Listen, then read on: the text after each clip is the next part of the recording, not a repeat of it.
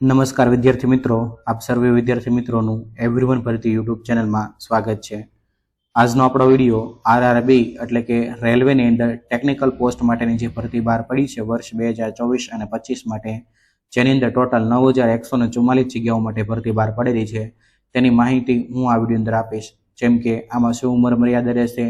Form ભરવાની તારીખ, પગાર ધોરણ, લાયકાત, સિલેક્શન પ્રોસેસ, સિલેબસ, ફીસ વગેરેની માહિતી આ વિડીયો અંદર આપવાનો છું। માટે આ વિડીયોને જો તમે લાઇક ન કરેલું હોય તો વિડીયોને કરી દેજો લાઇક, અને ચેનલની અંદર નવા હોય અને આવા ઉપયોગી વિડીયો મેળવવા માંગતા હોય તો આ ચેનલને કરી દેજો સબસ્ક્રાઇબ। વિદ્યાર્થી મિત્રો, ચેનલને સબસ્ક્રાઇબ કરી નાખજો, કેમ કે આ ચેનલ ઉપર તમને દરેક પ્રકારની ભરતીની માહિતી મળતી રહેશે, માટે ચેનલને સબસ્ક્રાઇબ કરવાનું ભૂલતા નહીં। તો વિદ્યાર્થી મિત્રો, આપણે જે ભરતી બહાર પડેલી છે તે જગ્યાનું નામ છે ટેકનિકલ, અને ટેકનિકલની અંદર જે તમારે કામ કરવાનું આવશે વિદ્યાર્થી મિત્રો, તે આ રીતે જે રીતે ઇમેજમાં જોઈ રહ્યા છો તે રીતે તમારે પાટા હોય પાટાને મેન્ટેન કરવાનું, પાટાની અંદર વેલ્ડિંગ આવે તો વેલ્ડિંગ કરવાનું, બોડીનું જે સમારકામનું કામકાજ હોય તે બોડીનું સમારકામનું કામકાજ આવશે, પ્લસ જે એનું ઇન્સ્પેક્શન આવશે તે ઇન્સ્પેક્શનનું કામ, અને આ જે કામ આવે કે જે ટેકનિકલ પોસ્ટ માટેનું કામ આવે એ તમારે કરવાનું રહેશે। વિદ્યાર્થી મિત્રો, આની માટે જે ટોટલ જગ્યા રહેશે તે 9144 ટોટલ જગ્યા રહેશે, જેમાં ટેકનિકલ ગ્રેડ 1 સિગ્નલ માટે 1092 જગ્યા છે, અને ટેકનિકલ ગ્રેડ 3 માટે 8052 જગ્યા છે। આની અંદર વિદ્યાર્થી મિત્રો, ટેકનિકલ ગ્રેડ 1 સિગ્નલ માટે જે પગાર મળશે તમને તે 29200 મળશે, અને ટેકનિકલ ગ્રેડ 3 માટે જે તમને પગાર મળશે તે 19900 રહેશે। વાત કરી લઈએ વિદ્યાર્થી મિત્રો આપણે એજ લિમિટની, તો ટેકનિકલ ગ્રેડ 1 સિગ્નલ માટે એજ લિમિટ રહેશે તે રહેશે 18 થી લઈ અને 36 વર્ષ, અને ટેકનિકલ ગ્રેડ 3 માટે જે એજ લિમિટ રહેશે તે 18 થી લઈ અને 33 વર્ષ રહેશે। આ એજ લિમિટ છે તે કાઉન્ટ કરવામાં આવશે 1/7/2024 પ્રમાણે તમારી એજ લિમિટ જે છે એટલી થવી જોઈએ। હવે વિદ્યાર્થી મિત્રો, આપણે વાત કરી લઈએ કે આના ફોર્મ ક્યારથી ભરાવાના શરૂ થશે। તો વિદ્યાર્થી મિત્રો, આના ફોર્મ ભરાવાના શરૂ થશે 9/3/2024 થી, અને આની માટેની ફોર્મ ભરવાની લાસ્ટ ડેટ છે 8/4/2024। વિદ્યાર્થી મિત્રો, જો ફોર્મની અંદર કોઈ પણ પ્રકારની કરેક્શન હોય અથવા તો ફી ભરવાની બાકી રહી ગઈ હોય તો 9/4/2024 થી લઈ અને 18/4/2024 સુધી તમે આની અંદર જે છે આની માટેનો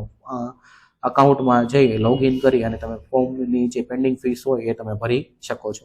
વાત કરીએ વિદ્યાર્થી મિત્રો આપણે ઉંમર મર્યાદાની, તો મેં તમને જે અગાઉ જે ઉંમર કીધી એની અંદર તમને ઉંમરની અંદર છૂટછાટ મળશે। જો તમે SC અને ST માંથી આવતા હોય તો 5 વર્ષની, જો તમે OBC માંથી આવતા હોય અને તમારી પાસે નોન ક્રિમિનલ સર્ટિફિકેટ હોય તો તમને 3 વર્ષની છૂટછાટ મળશે, અને જો તમે એક્સ સર્વિસમેન હોય અને તમે જનરલ ને EWS માંથી આવતા હોય તો 3 વર્ષ, એક્સ સર્વિસમેન OBC અને નોન ક્રિમિનલ સર્ટિફિકેટ હોય તો 6 વર્ષ, અને એક્સ સર્વિસમેન જો SC અને ST માંથી હોય તો 8 વર્ષની છૂટછાટ મળવાપાત્ર છે। જો કોઈ ફિઝિકલ હેન્ડીકેપ હોય તો ફિઝિકલ હેન્ડીકેપ માટે જનરલ કેટેગરી અને EWS હોય તો 10 વર્ષ,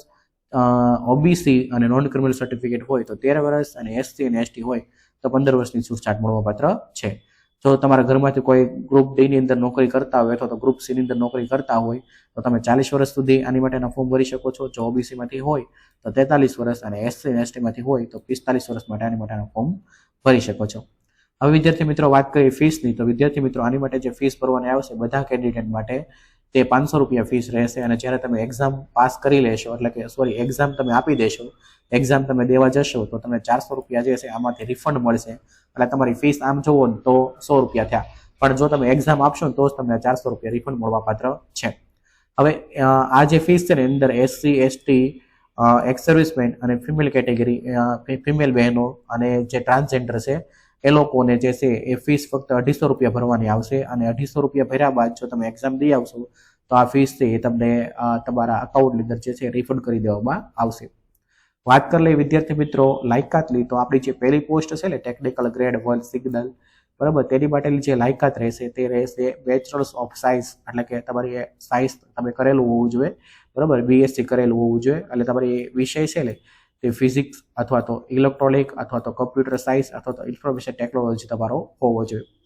જો કોઈ વિદ્યાર્થી મિત્રોએ 3 વર્ષનો ડિપ્લોમા એન્જિનિયરિંગ કરેલું હશે તો પણ તે આની માટેના ફોર્મ ભરી શકે છે।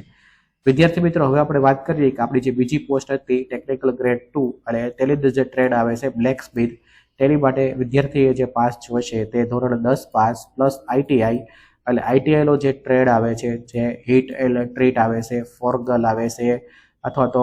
પેટર્ન બેકર આવે છે, અથવા તો તમે મોડ્યુલરનો જે કોર્સ આવે એ તમે કરેલો હોય તો તમે આની માટેના ફોર્મ ભરી શકો છો। ટેકનિકલ ગ્રેડ 3 ની અંદર બ્રિજની જે પોસ્ટ આવે છે આ પોસ્ટ માટે ધોરણ 10 પાસ પ્લસ આઈટીઆઈ અને આઈટીઆઈ નો ફિટર ટ્રેડ અથવા તો વેલ્ડર ટ્રેડ અથવા તો તમે ધોરણ 10 પાસ અને આઈટીઆઈ નો જે ટ્રેડ કરેલો હોય અથવા તો તમે એપ્રેન્ટિસ કરેલું હોય તો તમે આની માટેનું ફોર્મ ભરી શકો છો. એ સિવાયનો જે ટ્રેડ છે તે છે વેગન ટ્રેડ અને વેગન ટ્રેડ માટે ધોરણ 10 પાસ પ્લસ આઈટીઆઈ અને આઈટીઆઈ નો જે ટ્રેડ છે તે fitter, carpenter, welder, plumber, pipe fitting આ તમે કરેલું હશે અથવા તો ધોરણ 10 પાસ અને આ જે સબ્જેક્ટ છે સબ્જેક્ટની અંદર તમે એપ્રેન્ટિસ કરેલો હશે તો તમે આની માટેના ફોર્મ ભરી શકો છો. ક્રેન ડ્રાઈવરનો જે ટ્રેડ છે તે ટ્રેડની અંદર ધોરણ 10 પાસ પ્લસ આઈટીઆઈ અને તમે જેનો કોર્સ આવે છે જે મશીનિકલનો મોટર વ્હીકલ પછી મટીરિયલ હેન્ડલિંગ એન્ડ ઇક્વિપમેન્ટનો જે અને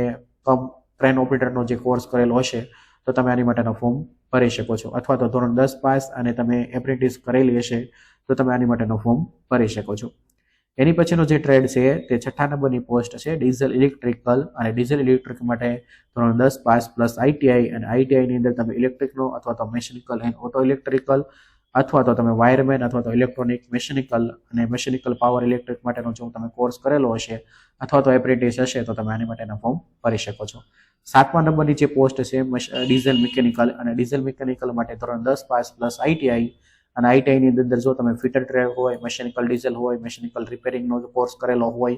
અથવા તો તમે ઓટોમોબાઈલનો કોર્સ કરેલો હોય અથવા તો એડવાન્સ ડીઝલ એન્જિનનો કોર્સ કરેલો હોય તો તમે આની માટેના ફોર્મ જે છે એ ફોર્મ ભરી શકો છો અથવા તો વેલ્ડરનો કોર્સ હોય, પેન્ટરનો કોર્સ હોય અથવા તો એપ્રેન્ટિસ કરેલું હોય તો તમે આની માટેના ફોર્મ ભરી શકો છો.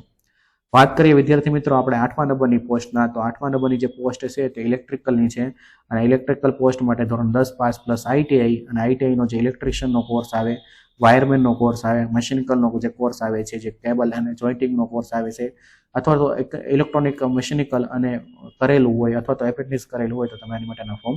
ભરી શકો છો. એની પછીનો જે 9મા નંબરની પોસ્ટ છે તે ઇલેક્ટ્રિકલ અને ટીઆરએસ છે. તો આ જે પોસ્ટ છે તેની માટે જે લાયકાત છે તે ધોરણ 10 પાસ પ્લસ આઈટીઆઈ અને આઈટીઆઈ ની અંદર જો તમે ઇલેક્ટ્રોનિક મેકેનિકલનો કોર્સ કર્યો હોય, મેકેનિકલ પાવર ઇલેક્ટ્રિકનો કોર્સ કરેલો હોય અથવા તો તમે ફિટર, વેલ્ડર અથવા તો પેન્ટર જનરલ અને કાર્પેન્ટરનો કોર્સ કરેલો હોય અથવા તો એપ્રેન્ટિસ કરેલી હોય તો તમે આની માટેના ફોર્મ ભરી શકો છો. હવે વિદ્યાર્થી મિત્રો જે 10મા નંબરની પોસ્ટ છે કે જે ઈએમયુ છે તો ઈએમયુ માટે ધોરણ 10 પાસ પ્લસ જે આઈટીઆઈનો ઇલેક્ટ્રિક, વાયરમેન અથવા તો ઇલેક્ટ્રોનિક એન્ડ મેકેનિકલનો કોર્સ કરેલો હોય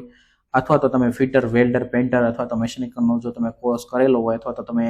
એપ્રેન્ટિસ કરેલી હોય તો તમે આની માટેના ફોર્મ ભરી શકો છો આ પોસ્ટ માટે. 11મા નંબરની જે પોસ્ટ છે તે ફિટરની પોસ્ટ છે અને ફિટરની પોસ્ટ માટે તમારે ધોરણ 10 પાસ પ્લસ આઈટીઆઈ અને આઈટીઆઈની અંદર તમે ફિટરનો કોર્સ કરેલો હોય તો તમે આની માટેના ફોર્મ ભરી શકો છો.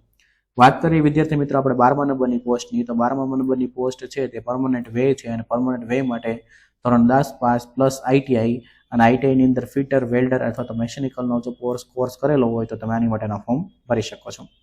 આપણી જે 13મા નંબરની પોસ્ટ છે તે રેફ્રિજરેશન એન્ડ એર કન્ડિશન છે. રેફ્રિજરેશન અને એર કન્ડિશન માટે ધોરણ 10 પાસ પ્લસ આઈટીઆઈ અને આઈટીઆઈમાં તમે રેફ્રિજરેશનનો કોર્સ કરેલો હોય, એર કન્ડિશનનો કોર્સ કરેલો હોય, ઇલેક્ટ્રિશિયન કરેલું હોય, વાયરમેન કરેલું હોય, ઇલેક્ટ્રોનિક મશીનિકલ કરેલું હોય અથવા તો એપ્રેન્ટિસ પાસ કરેલું હોય તો તમે આની માટેનો કોર્સ કરી શકો છો.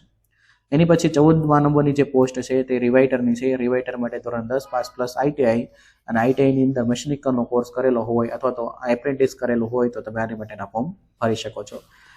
15મા નંબરની જે પોસ્ટ છે તે એસ અને ટી છે અને એસ અને ટી માટે તમારે જે છે એ ધોરણ 10 પાસ પ્લસ આઈટીઆઈ અને આઈટીઆઈનો જે ઇલેક્ટ્રોનિક મેકેનિકલનો કોર્સ અથવા તો ઇલેક્ટ્રિશિયન અથવા તો વાયરમેનનો કોર્સ કરેલો હોય અથવા તો તમે એપ્રેન્ટિસ કરેલી હોય તો તમે આની માટેના ફોર્મ ભરી શકો છો.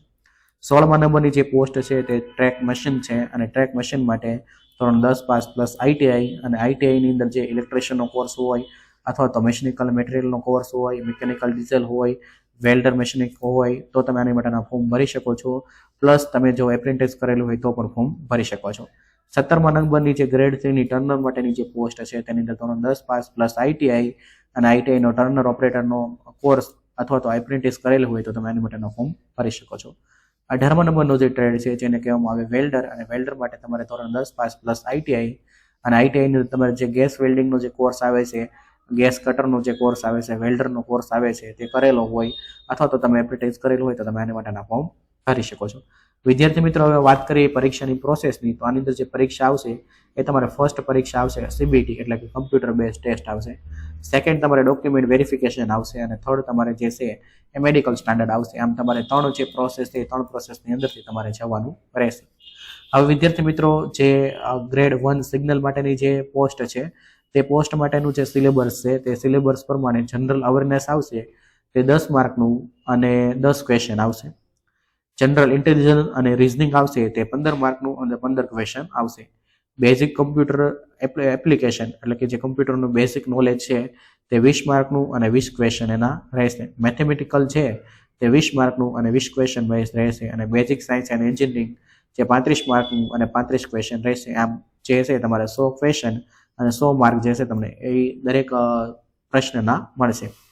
હવે જે આપણે ગ્રેડ 3 માટેની જે પોસ્ટ છે તે પ્રમાણે સિલેબસ છે તે મેથેમેટિકલ અંદર પૂછાશે 25 માર્કનું અને 25 ક્વેશ્ચન રહેશે.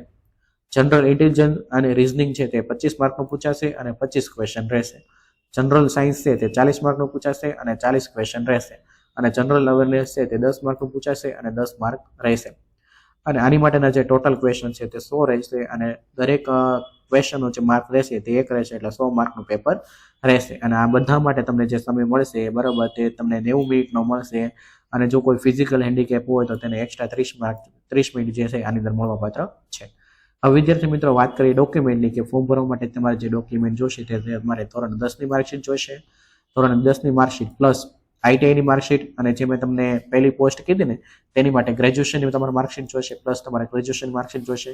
એક તમારા આધાર કાર્ડ જોઈશે, એક તમારે પાસપોર્ટ સાઇઝનો ફોટો જોઈશે, એક જાતિનો દાખલો SC ST અને OBC માટે અને નોન ક્રિમિનલ સર્ટિફિકેટ છે તે OBC માટે જોઈશે.